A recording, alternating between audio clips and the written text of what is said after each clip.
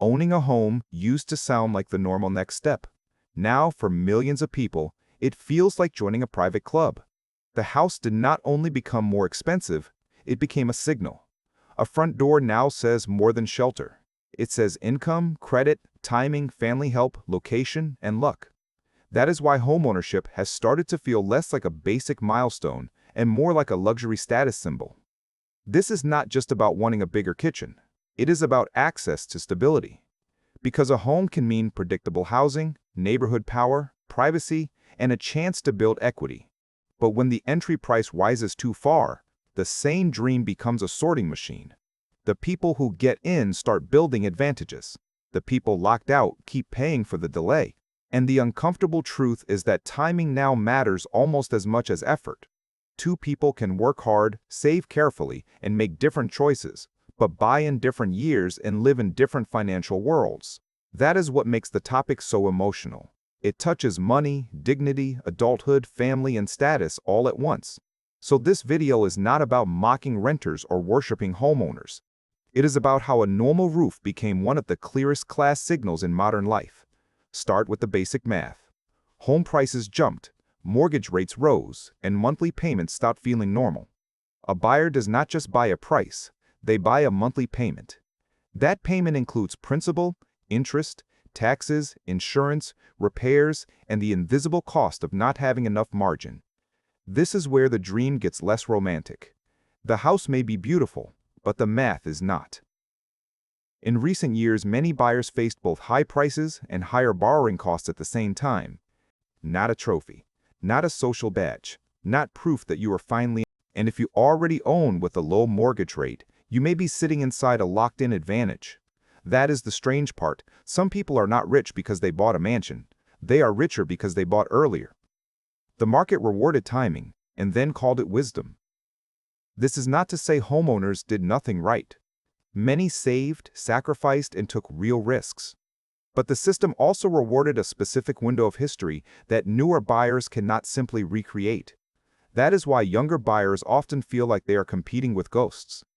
They are not only bidding against current incomes, they are bidding against old equity. Equity is powerful because it turns yesterday's housing into today's purchasing power. A repeat buyer can sell one home and bring a large down payment to the next one. A first-time buyer often has to create the down payment from wages alone. That is a brutal race when rents, food, insurance, and student loans are also taking bites. The down payment is not just a number. It is proof that you survived years of high costs without falling behind. Then comes the credit filter. A good credit profile can lower the cost of borrowing. A weaker profile makes the same home even more expensive. So the buyer who most needs a break may be offered the least flexible math. That is one reason home ownership becomes a status marker before you even own the home. Approval itself becomes a signal that you passed a hidden class exam, and the exam has gotten harder. Even after the mortgage, the costs do not stop. Home insurance has become a bigger part of the story, especially in risky regions. Property taxes can rise. Repairs arrive without asking. Maintenance is never optional forever. Renters are often told they are throwing money away. That line is too simple. Renting can be rational if buying would make you house poor, unstable, or trapped. The real question is not, do you own? The real question is, does your housing make your life stronger or weaker? That is the useful lesson people often miss. Homeownership is not automatically wealth. It is leveraged responsibility. It can build wealth when the payment fits, the location works, and the owner has enough buffer. It can become a trap when the buyer stretches too far just to look successful. That is where status gets dangerous, because society still treats ownership like proof that you made it. People ask when you are buying, not whether buying actually makes sense for your life. A house can become a trophy before it becomes a good decision.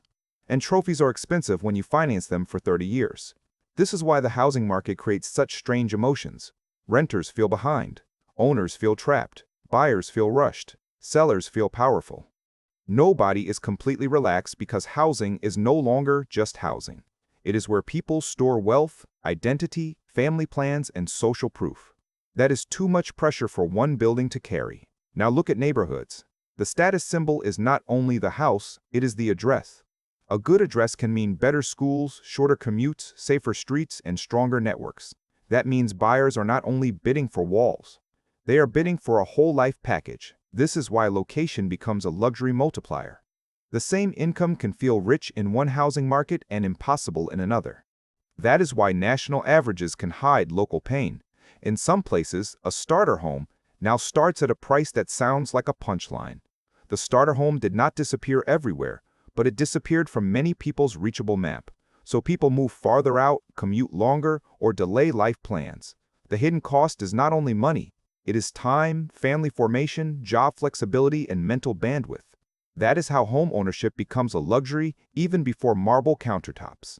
The luxury is stability. The luxury is choice. The luxury is not being forced to move. For many renters, the dream is not a mansion. It is a predictable payment and permission to breathe. Now, to be fair, renting is not failure. For some people, renting protects flexibility, lowers repair risk, and keeps cash available. A smart renter can be in a better position than an overextended owner. The mistake is treating ownership as the only respectable adult identity. The better goal is not simply to own. The better goal is to control your housing risk. Sometimes that means buying. Sometimes it means waiting. Sometimes it means renting without shame. This is the practical part. If you want to buy, do not ask only whether the bank approves you. Ask whether the payment still leaves room for repairs, insurance jumps, job changes, and life. Approval is not the same thing as affordability. A lender may approve a payment that technically works but emotionally suffocates you. Second, do not ignore insurance and taxes. The headline, mortgage payment, is only part of the true monthly cost. Third, remember, maintenance is not an emergency. It is a certainty with bad timing. A home without a repair buffer is not security. It is a slow-motion stress test. Fourth, be careful with status pressure. The house that impresses people for one afternoon can quietly damage your life for years. Fifth, if you cannot buy yet, do not confuse delay with defeat. Use the waiting period to improve cash, credit, skills, and optionality. That is not glamorous advice, but it is useful, because the goal is not to win an argument at Thanksgiving. The goal is to avoid becoming house poor in a house everyone else admires. A home should give you more stability, not just a better background for photos. Now zoom out. The deeper problem is that shelter became an investment product, a retirement plan, and a status badge at the same time. When one asset carries that many jobs, society starts fighting over it. Investors want returns, families want safety, cities want tax bases, banks want loans. Those goals can conflict, and ordinary buyers often get squeezed in the middle. So yes, personal choices matter. But personal choices happen inside a market people did not personally design. That is the balance. Do not blame yourself for every barrier, but do not ignore the math either. The market may be unfair. Your budget still has to be honest. The smartest move is not always the fastest move. Sometimes wealth is built by buying. Sometimes it is protected by not buying the wrong thing. That is the lesson underneath the status symbol. Homeownership can be powerful, but it is not magic. It is a tool, a risk, a responsibility, and sometimes a lucky historical ticket. If you own, respect the advantage. If you rent, do not mistake your position for your worth. And if you are still trying to buy, remember what the real target is. Not a trophy, not a social badge, not proof that you are finally an adult. The real target is housing that makes your life more stable than it was before.